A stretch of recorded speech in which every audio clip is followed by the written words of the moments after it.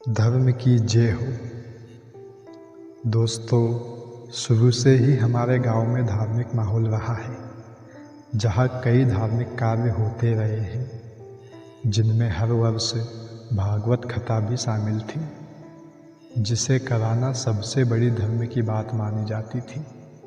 धर्म की बातें बताना अथवा धर्म का प्रचार करना तो ठीक है, लेकिन इन्हीं में कुछ झूठी और बेमतलबी कहानियाँ बनाकर लोगों को वास्तविकता से दूर ले जाना कौन सा धर्म है। ऐसी ही एक कहानी याद आ रही है, जो बचपन में तो समझ नहीं आई थी, लेकिन आज सोचने पर मजबूर कर दिया है।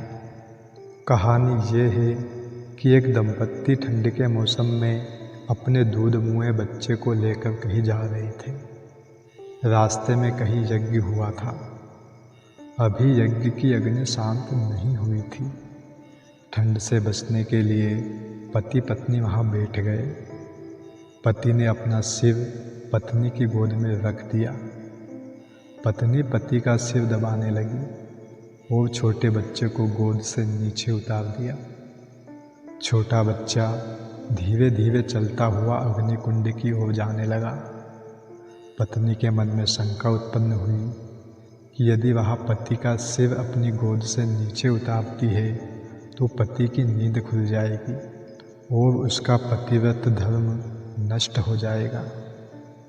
यदि नहीं उतारती है तो बच्चा धीरे धीरे खिसकता हुआ अग्निकुंड में गिर सकता है। क्या करूं, क्या ना करूं, यह स्थिति उसके मन में उत्पन्न हो गई।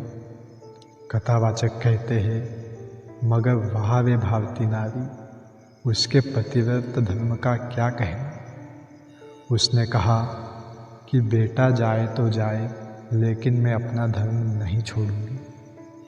यही मेरा धर्म है कि मेरी पति की नींद नहीं टूटनी चाहिए, क्योंकि पति धर्म है और बेटा कर्म है। तो कर्म भले ही छोड़ दूं, लेकिन मैं अपना धर्म नहीं छोड़ूंगी। कहा भी है, धीरज धर्म मित्र अरुनारी, आपद काल परखिए चारि।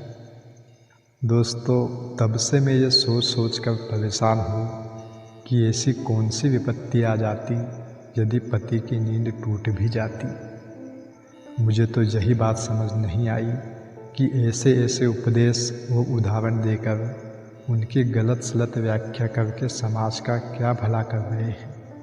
यदि ऐसे महात्माओं के उपदेश दुनिया सुनने लगे कि एक बच्चा भले ही अग्नि में जलकर खाक हो जाए, मगर पति की नींद नहीं खुलनी चाहिए, यह कौन सा धर्म है।